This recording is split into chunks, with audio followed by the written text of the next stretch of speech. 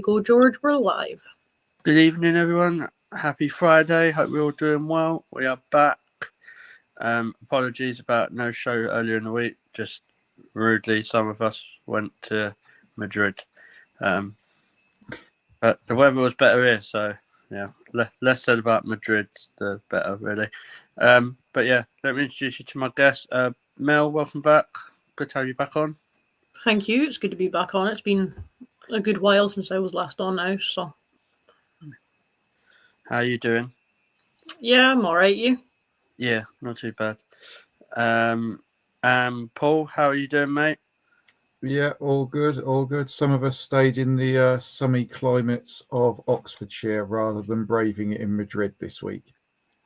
It's probably warmer in Oxfordshire than Madrid. But... I think it was definitely drier by the looks of it.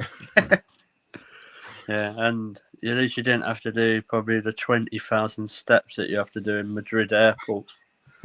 Dorian and Michael and Sam heard how much I like that. But yeah, less said about Madrid because I don't want to go off on a tangent about the performance and some of our players, and especially I'm not a man yet to have one dig about a player once an hour, so we'll leave that. We're gonna probably just look forward to the Liverpool game. Well, I don't know. Is look forward the right word? We'll preview it. So I'll start with you, Mel. We saw today that Daphne's back in training and looking likely to be fit.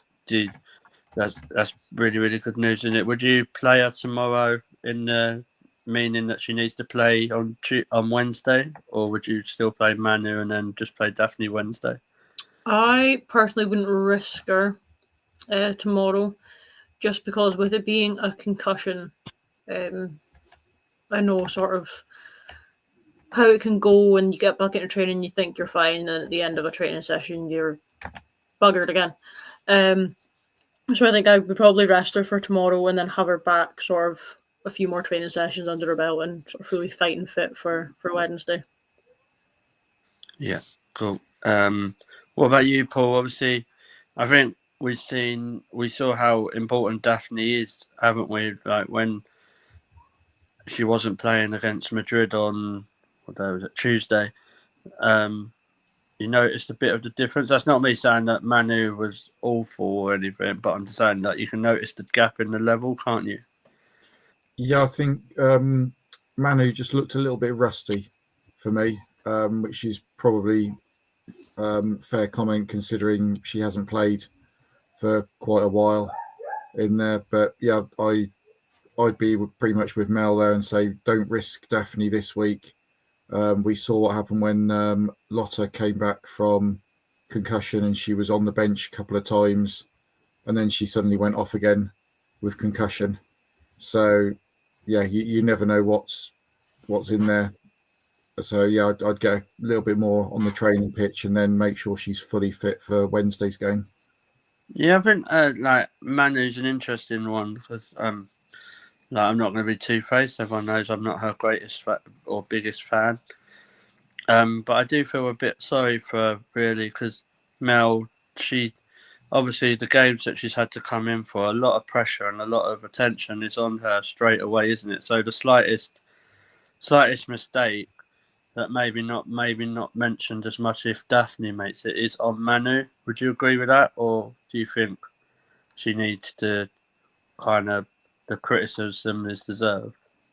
Yeah, I think that because DVDs came in and set such a high standard instantly when she came in as our starting keeper, that I think regardless of whatever Manu does when she comes in for the game now, it's going to be scrutinised to within an inch of its life. I personally don't think she really put a foot wrong on Tuesday. She wasn't at fault for either of the goals. It wasn't great conditions to play in.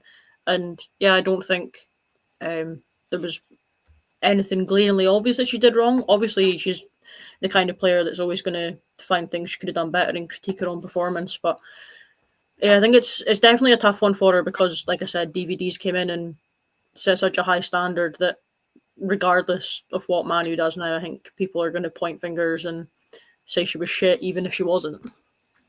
Yeah, it's a bit like a kind of a scapegoating thing, isn't it, really?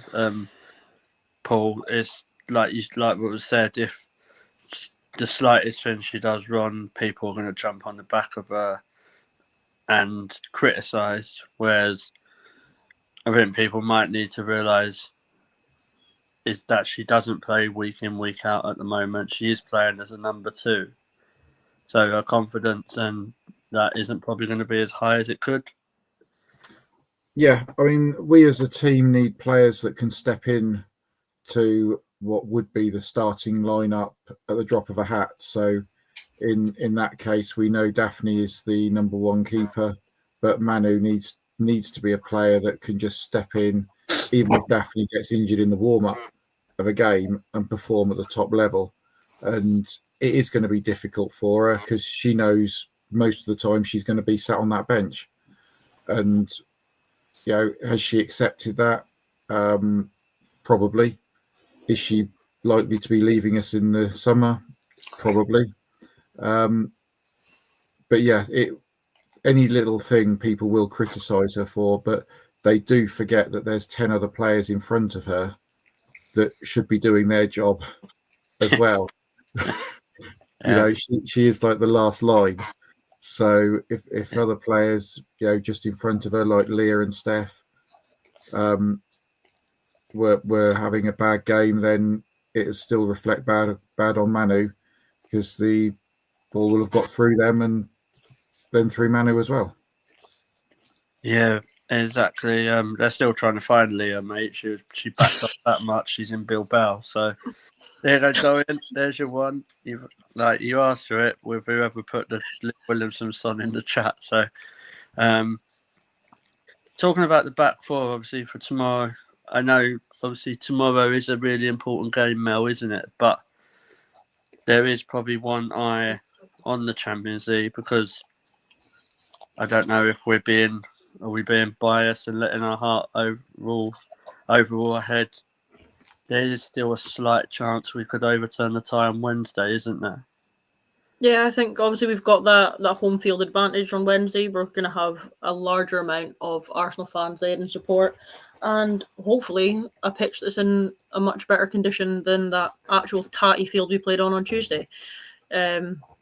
So, yeah, I think in that case it's good to have sort of one eye on it. Realistically, it's all that we have left to play for, because there's no chance of us winning the league, so I don't see why not. Obviously, you want to secure your Champions League spot for next season in case you don't win it, but realistically, we need to go all guns blazing into the Champions League now. It's our only chance of getting our hands on any silverware this season. Yeah, I agree. With the back 4, obviously, Paul, I assume we'll the 3 of us will go through that. Are we expecting probably Emily Fox, Leah Williamson, Steph, and then Katie McCabe, or could you see a couple of changes there? Obviously, I'm not saying change the whole of it, but obviously, like I just said to Mel, what way do you think the club's going to be looking at it? That best 11 for the next 2 games, or a bit of rotation? I think they'll go all out to win both games. I think they're going to put the strongest 11 out that they can. Anyone with a niggling injury, I can't see playing. So if that is, one of your main starting 11, even if it's someone like Leslie or Emily Fox, anyone that's got a slight niggle, she'll rest. But other than that, I think she's just going to go for a strong lineup, try and get the confidence back in the team again, hopefully get a good win tomorrow, and then build on it for the Madrid game. Yeah, I do think Arsenal and Renee are in a bit of a catch-22, Mel, because if they rotate with the thinking of Wednesday and then results don't go to plan, or if they play the strongest first team and someone picks up an injury, people will still moan, won't they? So it's a bit of a catch-22. I don't know what you think. Yeah, definitely. I think regardless of what we do, someone somewhere is going to moan about it, because that's just life as a football fan.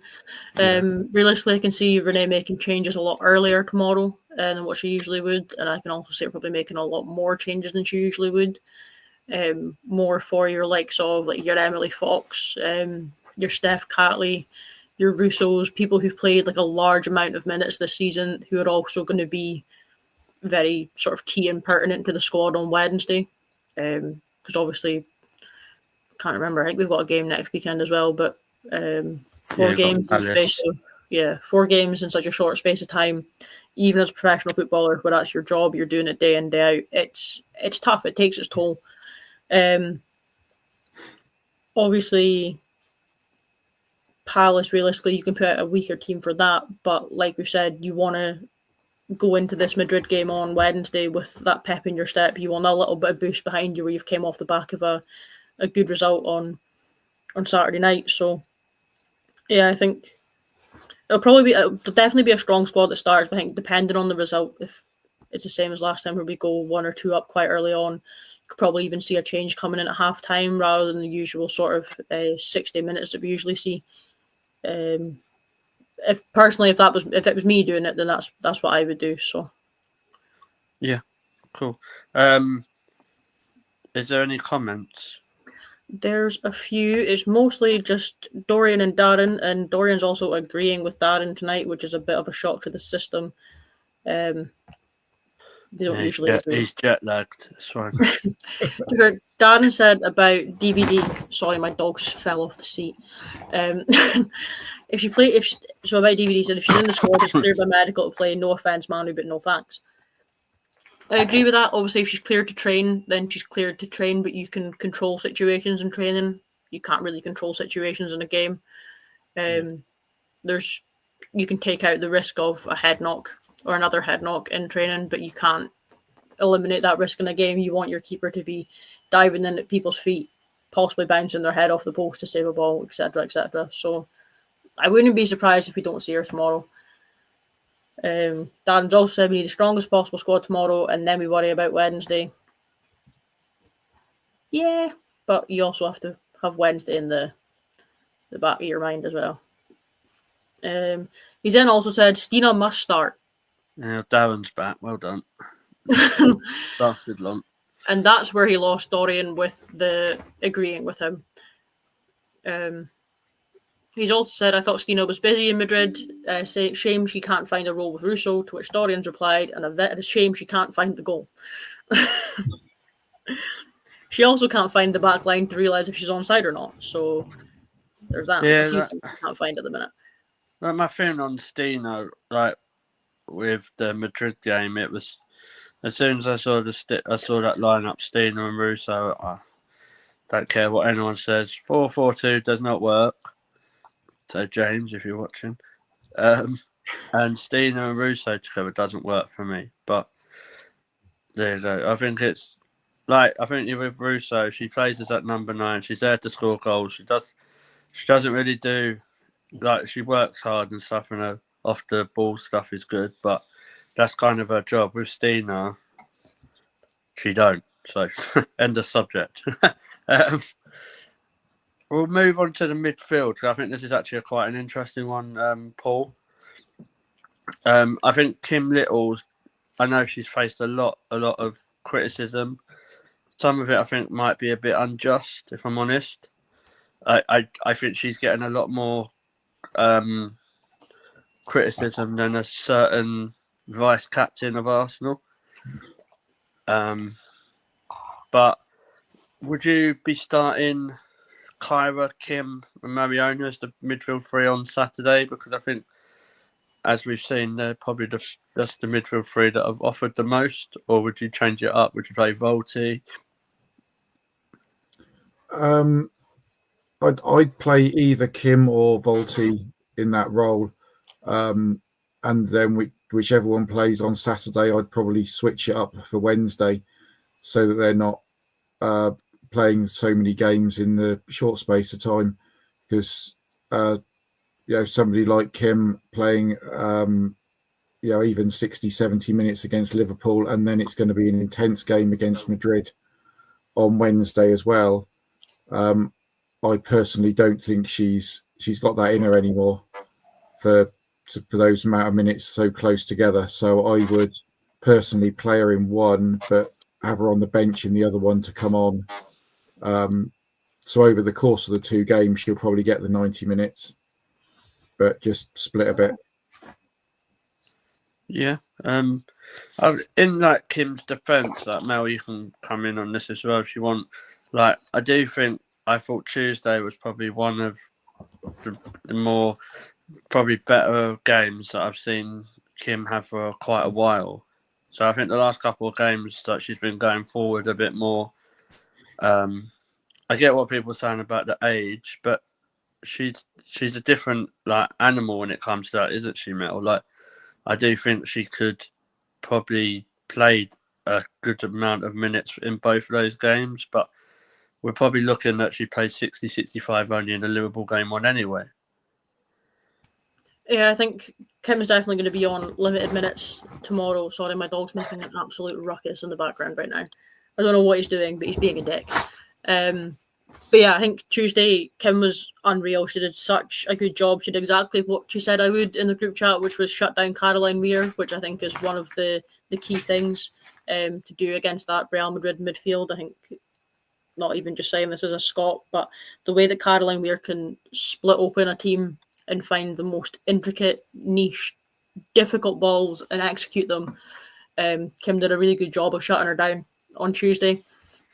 And I think that'll be the game plan again on Wednesday. So I wouldn't be surprised if Kim maybe doesn't start tomorrow, or if she does start, limited minutes. But yeah, I agree with what Paul said. It's definitely a case of Kim, Kaida, and Mariona. I don't think we're in the position to go with like a Kim and Volty midfield on Wednesday night. I think if it was us with a 2-0 lead, then I wouldn't be against us going out with a more sort of defensive-minded midfield. But with us being 2 goals down, we need to be defensively sound, but we need to sort of be that very much in our attacking mindset. I think even on Tuesday, we saw a bit more of that attacking mindset from Kim. There was a couple moments in the game where I was actually screaming at her to shoot. Not that she was going to hear me. I'm obviously in the North of Scotland and she's in Madrid, so I know I'm loud. Unfortunately, I'm not that loud. But yeah, it's definitely one of Kim's best performances in recent seasons, and I would argue it's probably her best one this season so far. Yeah. And then, obviously, there's a lot of talk with Mariona. Like, we know how great Mariona is, don't we, Paul? But I don't know what you think, but I feel like she offers us a lot more as a team in that 10 role than instead of when she's on the wing. Like, she can play well there or in the 10, but as a team going forward with that attacking offence going forward, she offers more in that 10 role. Would you agree with that, or would you disagree? Yeah, if there was one place that I'd like to play week in, week out, it would be in the number 10 position. But we're so lucky with a player like her that she's so versatile that she can play out on the wing or in the number 10. She can start the game in one position, and if Rene needs to change the formation, change personnel for whatever reason partway through the game, Mariona's that player that she can just switch about and she'll just slot in wherever she's needed in there. Whereas some players, they can play well out on the left or the right and swap over, but they can't get into that number 10 role. So yeah, for a player like Mariona with us, brilliant. Yeah, no, I agree. I do think we see more productive stuff from her. Like, don't get it wrong. We're not saying that she's rubbish on the left-hand side or the right-hand side or when she's playing that front three. Just as a number 10, I think she can dictate the play a lot better. We'll move to the front three. Obviously, Mel, number 9 role probably answers itself. I think we're all in agreement with that. But on the right and the left side is an interesting one, isn't it? It's like, obviously, we've got Beth, we've got Chloe Kelly that can play, we've got Caitlin Ford that can play. Is that just obviously a rotation thing there? So you could easily see Caitlin and Chloe start and then Beth come off the bench, or vice versa?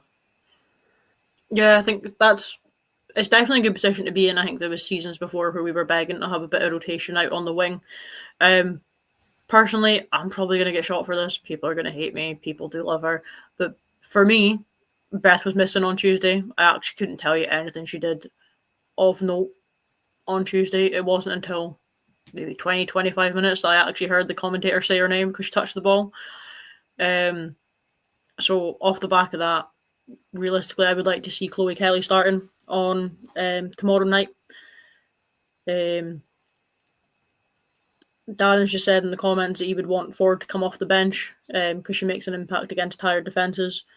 Yeah, but then so would Beth Mead, so would Chloe Kelly. Just on the Ford thing with an impact, I don't think that's more a Caitlin Ford what she offers. I think that's more that she's been hit with injuries recently and not been fully fit for a while. Because even when she was starting, she was doing that. Like, I don't know if you agree, Mel, but I think like Beth or Chloe offer more of an impact coming off the bench. I just think Caitlin Ford just trying to get minutes in her engine. Yeah, I think obviously before she picked up that injury, like the start of the season, we were singing her praises. Like you were calling her Ballon Ford and all sorts. It's probably start of the season probably the best I've seen out of Caitlin Ford since she was in America. But yeah, I think definitely sort of Chloe Kelly or Beth Mead off the bench. I think they're both a very similar style of player, whereas Caitlin Ford is a little bit more different. But yeah, personally, well, Dorian said that Beth played very well against Everton. Well, Beth played very well against Everton and not against Real Madrid. Beth has found her level. Shoot me if you want. But no, I'd be starting Chloe Kelly tomorrow. He's also said that we were just singing Caitlin Ford's praises because she scored against Rangers. No, I was singing Caitlin Ford's praises because she squared up to Nicola Docherty in the Rangers game.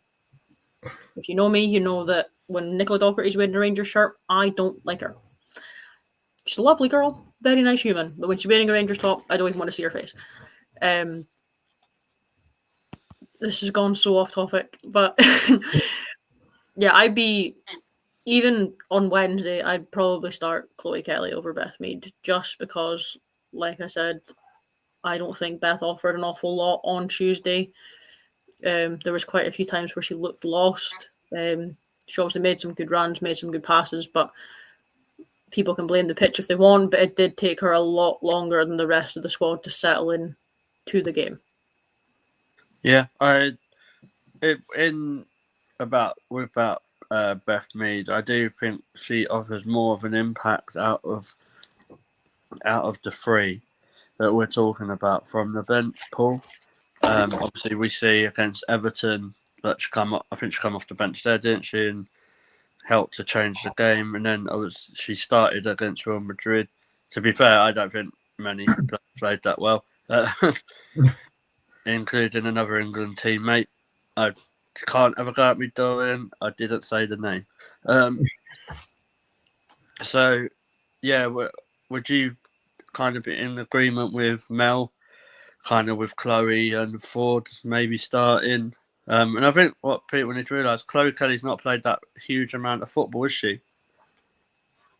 No, up until signing for us on loan, she hardly had a game this season.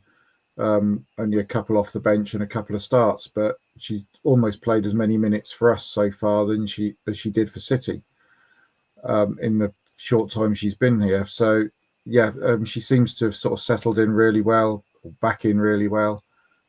Just got straight on with the job, and yeah, I'd start Chloe and Caitlin, and then have Beth off the bench. But obviously, it's going to be a lot different tomorrow and Wednesday compared to Tuesday with the state of the pitch last week. We're playing on a much better surface.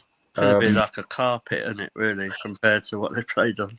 I mean, to be fair, they could play at Meadow Park and it would be a significant improvement out in that pitch in Madrid. Yeah.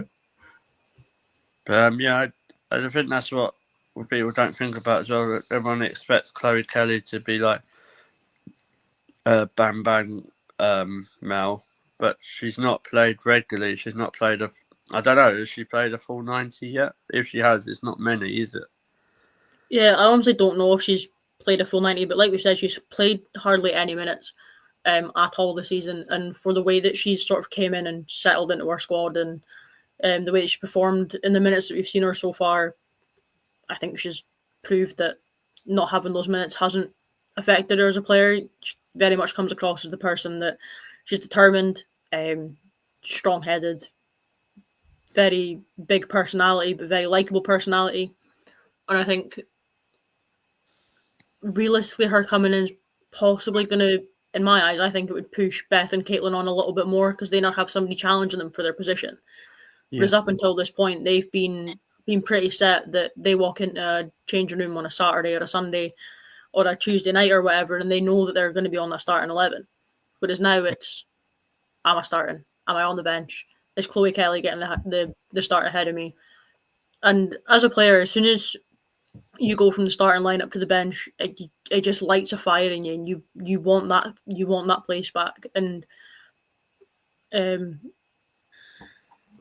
ever since I was wee, it was a case of you prove that you deserve to be in that starting 11, even if you're in it every week. You prove that you deserve to be there. It's not a case of it's handed to you. So I think us even just taking her in as a temporary signing on loan till the summer, hopefully we keep her a little bit longer because I think she has proved her worth and more since coming and wearing an Arsenal shirt. Just like what Dorian just said, for example, Chloe played 84 minutes against West Ham, which is, I think, that's the most that she's played like altogether. So I'm not saying Chloe Kelly's gonna be scoring and setting up another 10 or 15 goals for the rest of the season, but I think people just need to be a little bit more patient with her. And at the end of the day, we can't change the players that we've got until the summer. So we've just got to back the players that we have got, and hopefully they can just play to their full potential. Going into the rest of it, obviously, Paul, we know that we want to have Russo through the middle. Hopefully she can get a couple of goals, get in a bit of better form again before we play Real Madrid. But would you, with the Real Madrid game coming up, it all depending on what the game is, would you just take Russo off and just bring Stina on? Because Russo, you kind of want to wrap her up a bit in cotton wool. We could so not do with her getting injured, could we? Yeah, I think player for the first half and possibly a little bit into the second half, and hope she gets a couple of goals just to get her confidence back again, and then just take her off, put Stina on. Hopefully Stina get a couple more, and we need players like Russo for Wednesday night, and then once we get past Wednesday, we can look forward to Crystal Palace next weekend, who have proven that recently they're not a total pushover in the league, so it wouldn't be a case of 11 changes to the team, but that's the sort of game you could start to look at. Actually, who do we really need just to rest for a game, because they've played so many minutes for us, and we're lucky we've got that one coming up that we could afford to do it. But this week just play her, get her confidence back, and then do a sub for Stina. Yeah. So we'll get your predictions. So I'll start with you, Mel. What are you thinking? Tomorrow, I'm going to say 2-0 and easy bet, Russo to score first. Yeah. Paul? I'm going to go for 3-0 with Russo to score. Cool. You're a lot more confident than me. I'm actually going to go 2-1 Arsenal. But I'm going to twist it up a bit. I'm going to go Olivia Smith to score first. I think we'll concede. I don't think it'll be that easy. But hopefully we can get the win, because obviously it will be important. Chelsea have got City, so obviously someone's going to drop points there. I wouldn't have thought Man United would drop points away at Aston Villa, but then they're fighting for any point they can get, aren't they? So, so I'm going to go 2-1 Olivia Smith. Hopefully, new Arsenal signing in the summer. On that point, George, about Aston Villa, obviously they played Crystal Palace last week, and Palace got the result. And this just proves that the battle at relegation out of the WSL is something these teams at the bottom are actually fighting for. Whereas we were discussing the other week about the potential of them scrapping the relegation. Again, Villa against Crystal Palace with no relegation would be meaningless, really, wouldn't it? It was actually a really good game to watch. Yeah, I think it's quite ironic that the relegation battle's hotted up, especially with the talk of them getting rid of relegation as well. I don't know, you guys will probably be a bit more experienced than I am, but I can't remember a relegation battle like that for a little while. If Palace win at the weekend, they could potentially go up 2 places. And Villa, I can't think in recent times have won like that. Yeah, I mean, at the bottom at the minute, I've got the table up here. So between, obviously, Leicester in 10th, they've got 12 points. Villa's in 11th, they've got 10 points. And Palace are in 12th, and they've got 9 points. So, yeah, a Palace win over the weekend could see them shoot right up. Obviously, they're playing Everton, so it's not going to be the easiest of games for them. Villa, like we said, have City. No, they don't. They have Man United. Imagine I could read. And Leicester have Brighton. So quite a few tasty sort of bottom half of the league fixtures coming up over the weekend, which I will probably be tucking into instead of any top of the table clashes. I'll obviously watch the Arsenal one. I can watch the Arsenal one. It's on tomorrow, it's not on Sunday. But yeah, any sort of relegation zone game that's on Sunday that isn't clashing with my kickoff time, I will absolutely be feasting my eyes on that one. Yeah.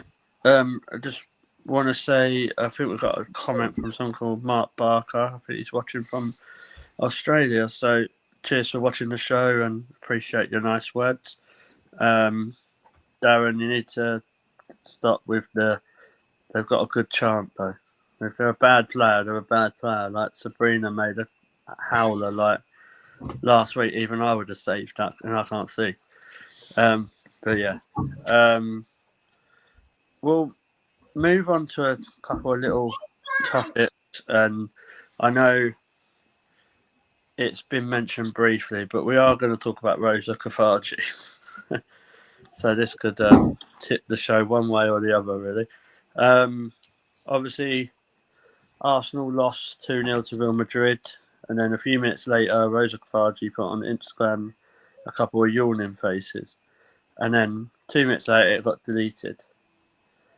That's the official line of it.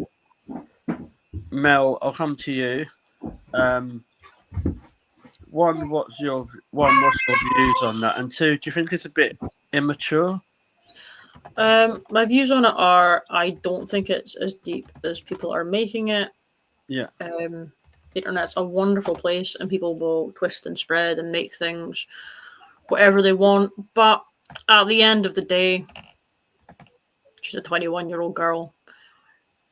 She's gonna do stupid shit like this. It's the first sort of massive club she's been at. It's the first time she's really been riding the bench for as long as she has and without getting a sniff of the pitch.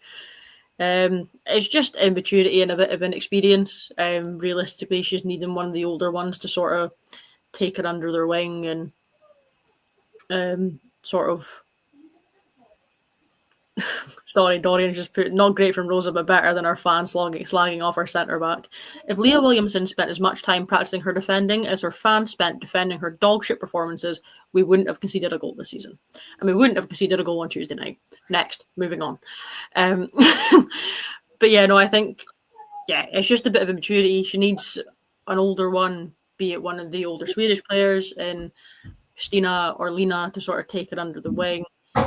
Anybody like that to be like, listen, I know you're frustrated. I know this isn't what you're wanting. I know you're getting bored, but you can't do that.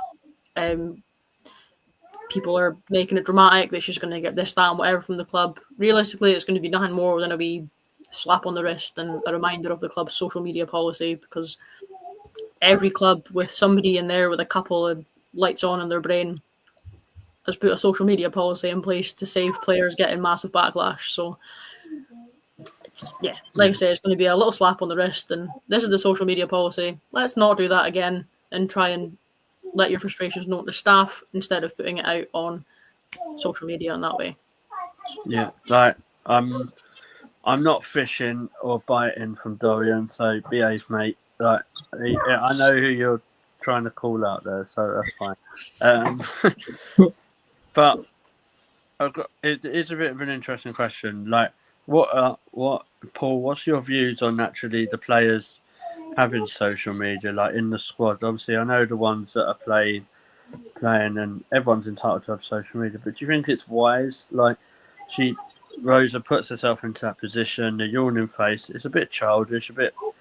It can be perceived as throwing the toys out the pram, can't it? So, do you think there should be like a social media thing that you can't really comment on a game that's just happened until like a couple of days later?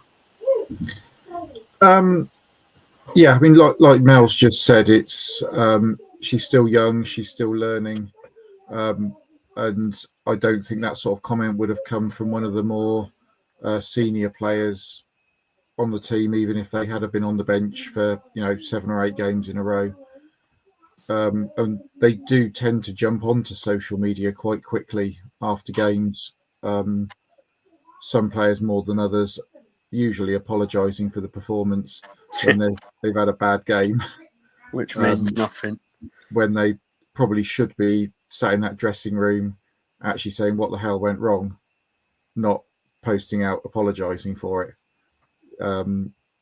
With it, but obviously they've got some form of social media policy in place.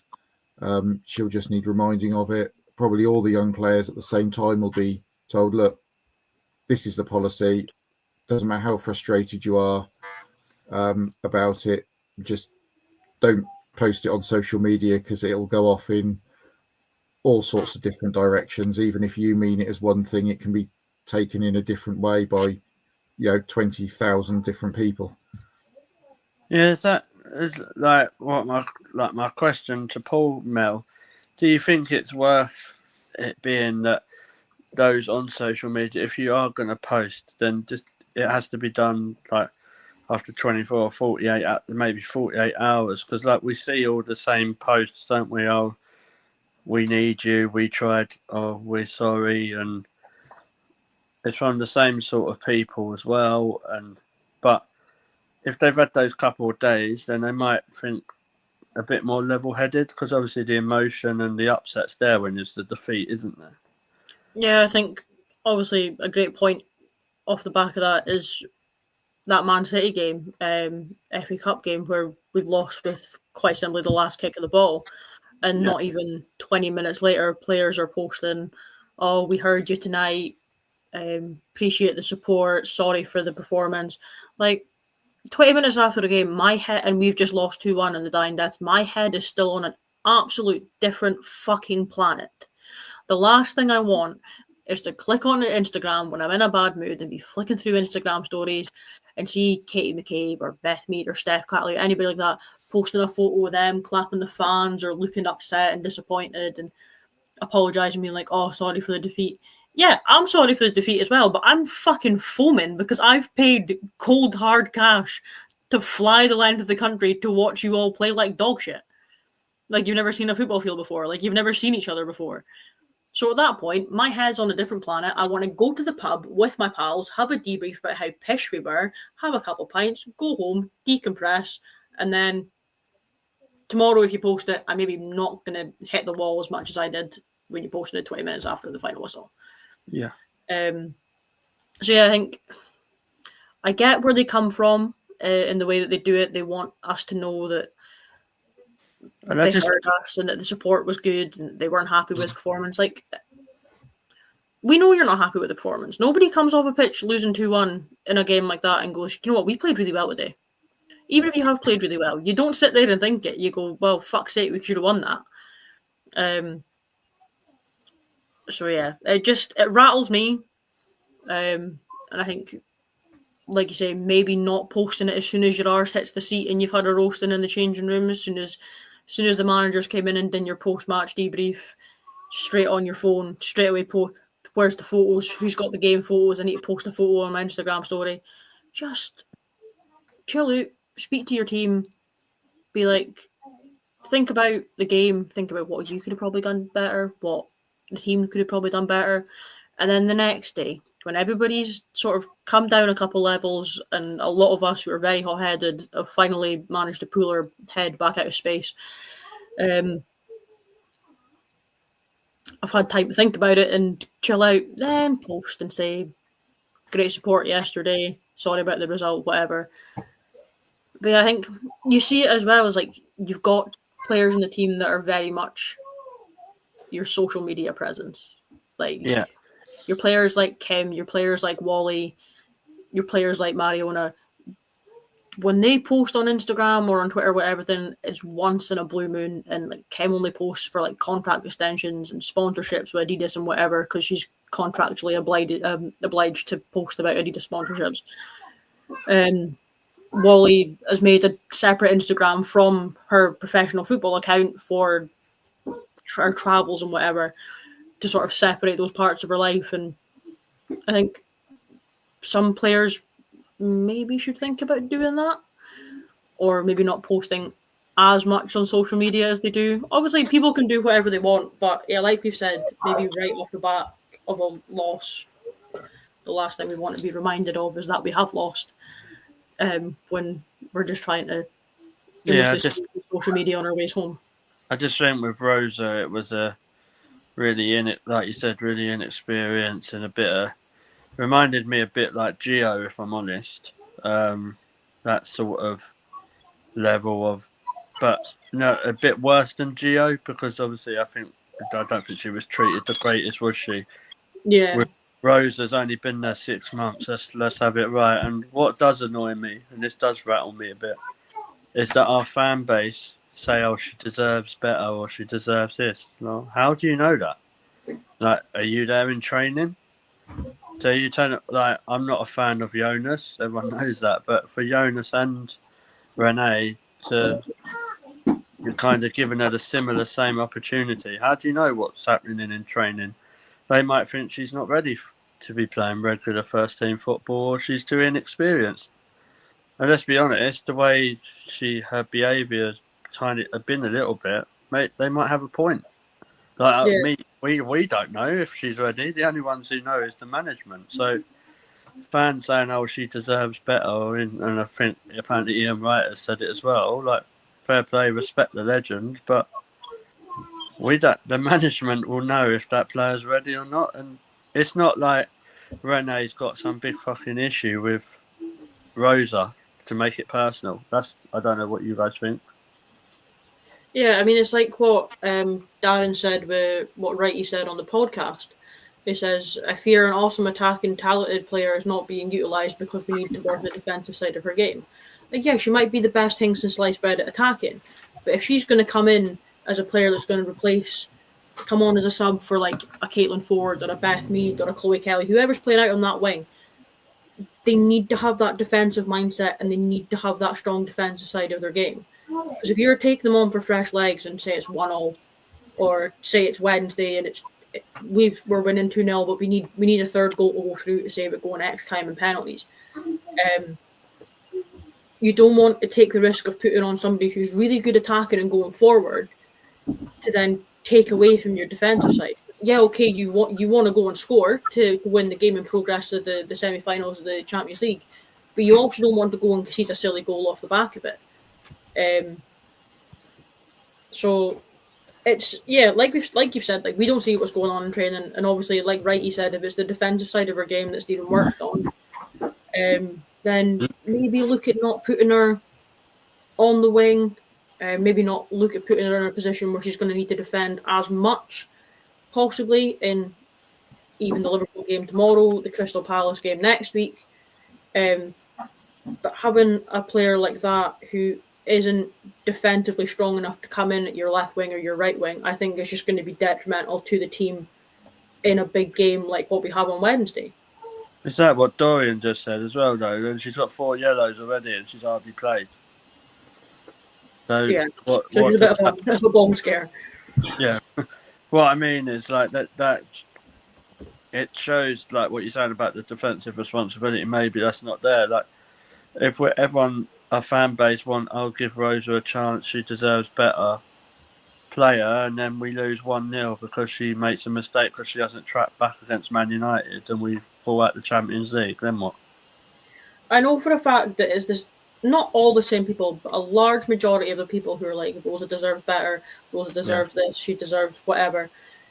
If she was to play in the Man United game and she makes a silly mistake, not tracking back defensively, giving away a silly free kick, or even worst case scenario, giving away a penalty with a silly challenge, and we then lose 1-0, she's the first person that people are going for.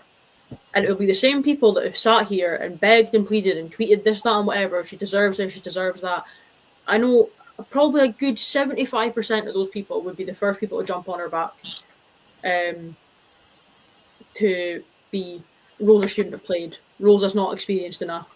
She's not defensively minded enough. She shouldn't, like, so and so wouldn't have made that mistake. Rosa's cost us this, Rosa's cost us whatever. So, yeah, it's like, if you've got your head screwed on, yeah, okay, she's a young player, she's talented. Don't get me wrong, I would love to see her get more minutes on the pitch.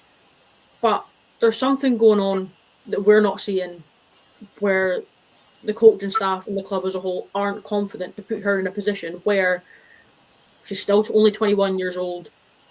She's still obviously very present on social media where, okay, she probably sees the things people are saying that she deserves better, but she's also, if she's seeing that, she's going to see the people that are pointing fingers and being like, you cost us the game, you cost us to drop out the Champions League, this, that, and whatever. And it's like Mark just said in the comments, like Kyra was an example of biding time last year. She said it was a privilege to learn from Kim and Wally. So yeah, great point. That was the same thing as well. People were like, Kyra deserves better, Kyra deserves this, Kyra deserves that. She came on in a couple of games, made a couple silly mistakes, and again, a large majority of the people were, oh, Kyra's not good enough, why have we played her in this game? Silly mistakes cost us this, that, and whatever. So people are never going to be happy. That's the joy of football. What my thing with it, Mel, is as well. There's a great point, Mark, as well. Thank you. Rosa's got plenty of people to learn off. Like she's got Mariona, she's got Beth, and now even Chloe, and even Caitlin Ford. Like so, why like doing what she's done? She's only going to put a rod for her own back. As well, because she's just going to doing that. She's just going to probably alienate people at the club. Like I don't know. I might be wrong, but I don't remember KCC doing that. Like on social media, I don't know, and even if Cole did. Paul, do you know? I didn't see anything. No. And that's what I mean. So someone like that has more of a reason to be like properly pissed off because there was opportunities when I honestly believe Katrina with a call could have got a game and didn't. Like Rosa Kafaji's 21. So say they give her a bunch of games to play and they don't go well, that could ruin her career. Yeah, I mean, the problem you've got with someone like her is obviously, like we've just said, we don't know what goes on in training or doesn't go on in training. We don't know what's happening there. She needs some experience on the pitch in the games, but if you do that, then and then she does make the mistake, she's going to get the backlash. Yeah. So is it a player like her that we've brought in? I'll use Cool as another example of she didn't get much game time to start with, so we loan her out for 6 months and potentially then bring her back in with that experience in the WSL. Could that be something we look at for next season? Find a team outside of the top four that she could go to and potentially get the minutes, get the experience, and then come back to us in a year's time, and fit in there. But then you take away the experience she's getting in training, training alongside the players that we've got. So what you gain with one, you sort of take away with the other. Yeah, Dorian, I know you said about the Spurs scarf thing with KTC, but I can't see it, so it didn't happen.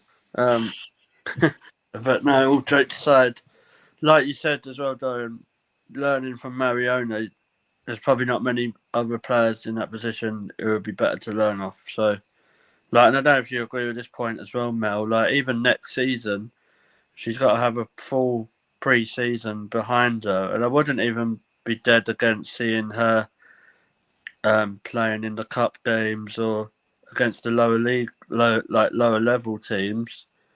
Like, I wouldn't be wanting to see her starting every week because I think she needs to work and earn that, and she can only do that by learning from the players that are more experienced. Yeah, I mean, even like when she first came in, people were like, "Oh, she's a talent, this, that, and whatever. I've seen X, Y, and Z on YouTube. Why are we not playing her?" It could have been that we've taken her in and she's signed on the dotted line and whatever, and she's been in a training session, and we've realised she's actually came to us with a bit of an injury or a bit of a niggle, anything like that. So behind closed doors, like we've said numerous times now, we are clueless. We don't know at the end of the day. We don't know. We're never going to know. But yeah, I think off the back of this season, she's had a good amount of time in and around the squad now. Like you say, then a full pre-season where we'll go out to America or Australia or God knows where this time, to play against other top clubs, against players that you probably won't play against again, but is also a similar, like a style of player that you've never played against before. It's a perfect opportunity to get her in and amongst the squad, in the starting 11, to get that experience on the pitch. Like, I've always been told that training's where you make your mistakes. Training's where you can try things and you make mistakes and it doesn't pay off, whatever. Doesn't mean anything. But games is where it matters. Because when I train, nobody sees me train. But when I play on a Sunday, there's 200-300 people watching me. So there's 200-300 people there who can see my mistakes. You take that and you times that by however many you want as to how many eyes there are on an Arsenal women's game. It's a lot more eyes and a lot more pressure for somebody at 21 years old to be thinking, I can't mess up here. I want to try this, I can't, type thing. There's a lot of mental health with it as well, isn't there? Like, it's a lot of pressure just for anyone playing in front of players, but then someone who's 21 who's come over here as from a young age, learning everything basically on her own. I don't know if she brought a family over, but let's say she didn't. That's something else you have to add to it. And like Dorian said, her knee's been strapped in training, so she obviously isn't fully fit. Yeah. So I think, and this ain't us saying she's shit, because we're not. We're saying that she's a really good player. She's got really good potential. She just needs to learn as much as she can from the experienced heads and the, like, say, even Kim Little, Mariona, Beth, Chloe Kelly, Caitlin. You know what I mean? These players are Leah Volti, even Leah Williamson. These players, Steph Catley, they're all highly experienced, and I'm pretty sure they're trying to lead her onto the right path. But yeah, we'll finish the show there. On that note, just want to say thank you to everyone who's been watching. Mark, we've appreciated your comments as well. Great to have you here. Hope to see you on the next show. Dorian, Darren, great as always, and anyone else watching, appreciate that as well. Paul, thank you for coming on. You're welcome. I hope you guys have a good day tomorrow. Unfortunately, I'll be working.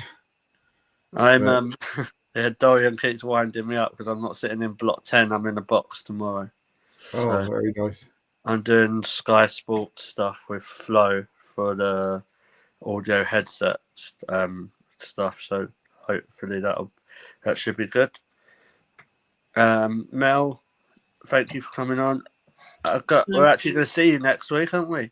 Yes, we are indeed. Everybody brace yourselves. Return of the Mel. I will be there on Wednesday. I get in at like 11 o'clock in the morning, collecting Hannah from the train station at like 1 or 2.